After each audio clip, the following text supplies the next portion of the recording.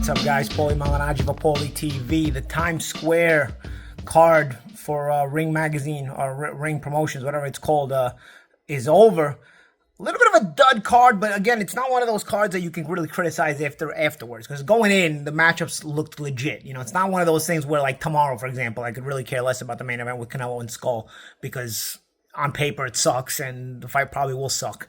But this card ended up sucking, but it really, you can't, sometimes that's just the way the cookie crumbles, you know? So we started out with Teofimo, Lopez, and and Arnold Barbosza. Listen, I keep calling him Brian. I'm sorry, man. Arnold Barbosza had been a guy who had always been good the whole time, but had never wowed anybody. So he kind of put him on the back burner unfairly. He was a solid fighter, world-class fighter. I didn't think it was one of those situations where you had to, you know, kiss up to Teo the way the commentators were kissing up to him. I thought Teo looked good. But I also thought it was a fight where neither guy got out of the third gear at most. You know, it took on a sparring session mentality where Teo started winning it just on talent. And Arnold never really pushed the pace more. He tried to put Teofimo in bad positions. He tried to play the position game where he was trying to control the center of the ring and keep Teo moving. And he figured maybe with that kind of pressure, eventually Teo might break or Teo might make a mistake. Teo's athleticism allowed him to always find the spaces to move, and also not just to find the spaces to move, but find the openings and punch off those spaces as well. And so when that wasn't working for Barbosza, who was trying to play the technical game, you got to start to push yourself a little bit more. You say, okay, at first you say, okay, I'm just going to keep at this. I may not be winning the early rounds, but eventually I'm going to break him by consistently taking away the space from him. Once that doesn't work, you got to start taking chances. Barbosza never took chances. Teo, being superior, also never pushed it more because, again, when you're at the level of Teofimo Lopez and people expect more, sometimes you want to maybe push yourself a little bit more and try to go for the stoppage. He never went for the stoppage. Barbosza never went for the gusto to try to get the win. And so it ended up taking on a sparring session approach where, you know, you were appreciating the talent of Teofimo Lopez and a really good win. I thought it was a really good win in general because the level of opponent, you know, I was rating Barbosza going into the fight, you know. So I thought Teofimo Lopez did himself a lot of favors tonight, and you know, puts himself back in the conversation. He's always, like I said, he's always an enigma because he's looked so great at some spots in his career. So you see a performance like this, you're like, okay, we want to see more of him. I haven't seen the best yet, you know, but when you look this good and you don't even get out of third gear, that says a lot about how good you are. Devin Haney, I thought it was a little bit of PTSD, you know, after the Ryan Garcia fight last year, you know, the whole steroids thing with Ryan Garcia and taking the big shots he took. Very, very safety first fight. If I have to compare it, I know some of you guys don't like it, then I compare myself to my style with Devin Haney, my boxing style with Devin Haney. I think we're very similar as fighters, except I had bad hands. He didn't. He doesn't. But honestly, I gotta be honest. He fought tonight the way I used to fight when I was one-handed. There were fights when I used to wind up one-handed where I used to just kind of just use one hand and kind of just sometimes jab and use my shoulder to take away the space and then spin and then move around, use the ring and use one hand again and time the jab and whatnot. It was basically a performance that I could relate to when I had one hand. Unless Devin went into the fight one-handed and we don't know his right hand was injured, which I don't think. I hadn't heard anything, but again, you wouldn't hear anything if somebody's trying to hide that.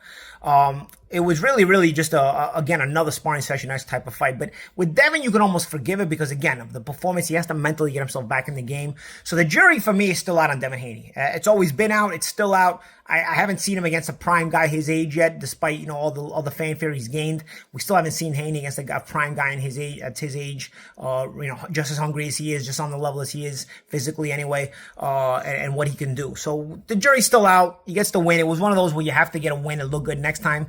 And that's sort of, you know, what he did tonight. And if it was a normal performance, like where he wasn't coming off a fight like he was last year, then there would be more criticism. But he's been off over a year. And like I said, that performance, it wasn't fair to him to take all the criticism after Ryan Garcia failed to pop for the Osterine and the PEDs. So, you know, any kind of win Devin gets, I think it was just good for gaining confidence, getting momentum, getting back on the horse, so to speak. And now you can start riding again. And I think there will be probably a bigger microscope on Devin Haney's next performance, because that's really the one that's going to matter and count and see to let us know where Devin Haney's at. Also, the kind of opponent he chooses will matter as well. So from there, you know, you get that. with Rolly Romero and Ryan Garcia, first of all, congrats to Rolly Romero because he was coming in with no momentum. I mean, he had lost the Pitbull Cruise. He'd won the title at 140 against Ismael Barroso in a very controversial fashion when Tony Weeks stopped that fight too early in his favor. So, Romero had been coming in with no momentum really, and he was chosen sort of as sort of a dead duck sacrificial lamb for Ryan's return, There was that footage online, though, with that sparring, and there was a little bit of footage there, and it gave you a little bit of curiosity, right? But you're thinking, all right, that was many years ago. Who knows what happens now? I tell you what, there must be some PTSD there as well, because once Rolly dropped Ryan stopped trying. Ryan stopped trying, and that's the biggest criticism there. It's, are you a Hollywood fighter? Why didn't you even go for it? Because at the end of the fight, although the fight was very one-sided, two schmuck judges actually had the fight within 3 points for Ryan Garcia, 115-112 for Rolly, which means they were trying all that they could to give Ryan the fight, but Ryan tried so little, threw barely any punches, that they couldn't even rob Rolly. But you could see they were trying to rob Rolly, and that's disgusting. But one of them was Tom Schreck, who was a schmuck who gave the fight again with me and Broner, gave it 9 points, 9 rounds to 3 for Broner. So I already knew that guy was a mutt to begin with. So it didn't surprise me when he was one of the two judges that had it 115-112, Tom Schreck being that judge.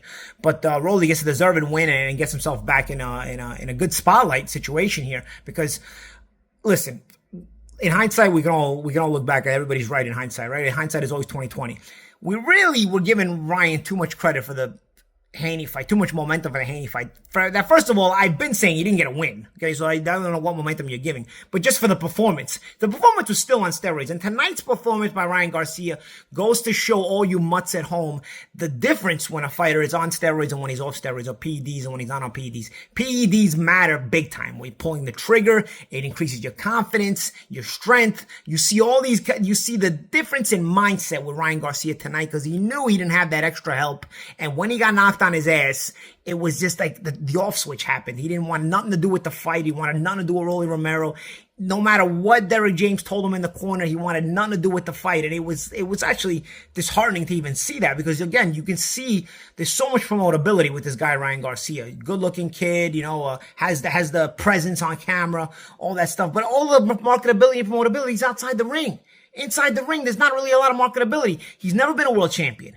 Probably never is going to be a world champion. He's never beaten a world champion. The list goes on. And tonight, although it wasn't a world title fight, he had a chance to finally beat a guy who's been a world champion, and he just fails miserably, not because he couldn't win the fight, because like I said, they were still trying to help him and get him to win that fight, and he still didn't try at all. So there's a big rehabilitation with Ryan Garcia. They were trying to make Haney and Ryan Garcia. If you make that fight now, you could make it, but neither guy looked good for this rematch. So I think that rematch is out the window. I think maybe I'm curious to see who they match Haney with, but Ryan, maybe you do a rematch with Oscar Duarte. That may be Ryan's best win of his career, is the Oscar Duarte win. At this point in his career, that might be the best win, because Duarte has actually won 3 fights in a row since losing to Garcia.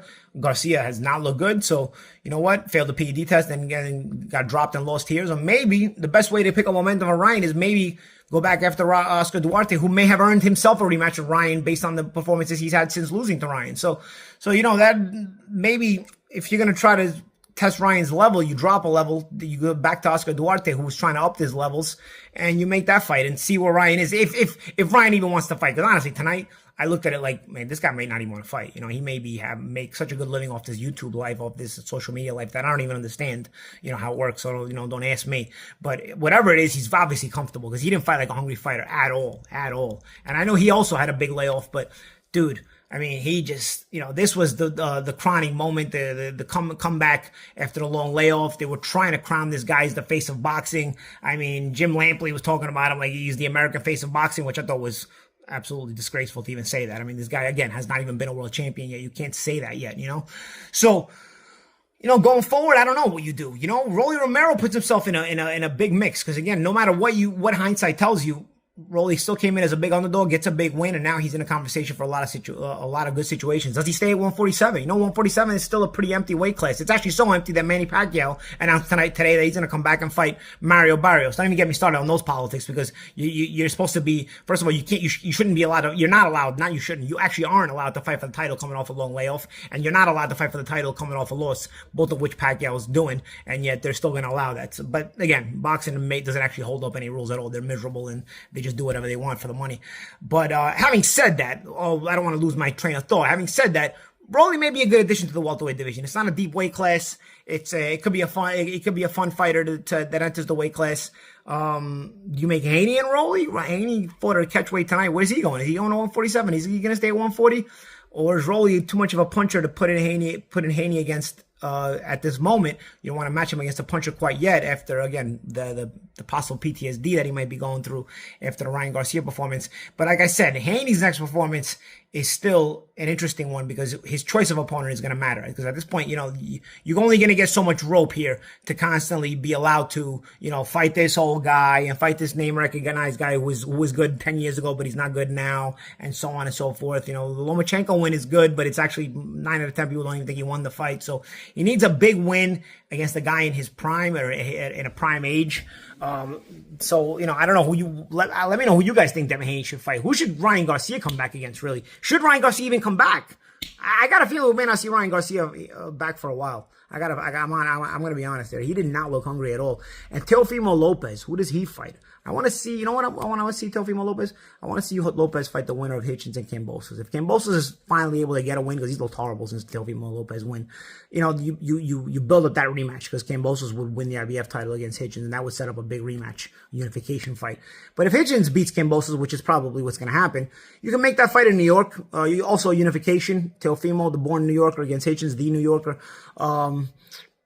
Could be something to look at, I know Teo was looking at, mentioned Jerron Ennis' name tonight, but I think that's too big of a jump right now. I want to see more consistency on the part of Teofimo Lopez before I start throwing him in with some big names like that, especially with Jerron, who's not only an excellent fighter, but also a big fighter. He's a 147/154. So I need to see Teo in one more good performance, maybe even a better performance than tonight, and I need to see it against a very good fighter. And maybe the Hitchens fight could do that if Hitchens gets that win over Kambosos. Let me know what you guys think of tonight's card. I will be doing a preview of the Canelo fight shortly. I'm Paulie Malignaggi. This is Paulie TV.